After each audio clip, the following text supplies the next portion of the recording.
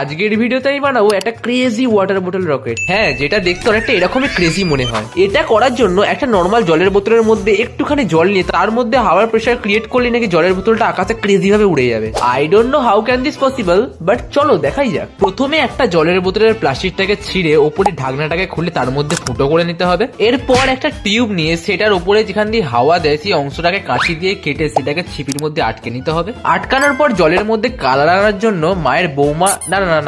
মায়ের বৌমা নামক আলতাটাকে জলের মধ্যে একটু মিশিয়ে নিতে হবে যাতে একটু অ্যাস্থেটিক ভাইবস আসে। এরপর ঢাকনাটাকে জলের বোতলের মধ্যে আটকে নিলে ব্যাস আমাদের রকেট লঞ্চার রেডি। এবার খালি এর ভেতরে হাওয়ার প্রেসার ক্রিয়েট করার পালা। ব্যাস আর কি, লেগে পড়ি হাওয়া দিতে।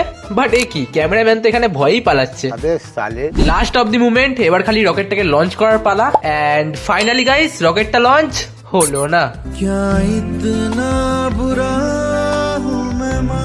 গাইস, তোমরা যদি জানো যে কেন রকেটটা লঞ্চ হলো না তাহলে তোমরা অবশ্যই কমেন্ট করে জানিও আমাকে।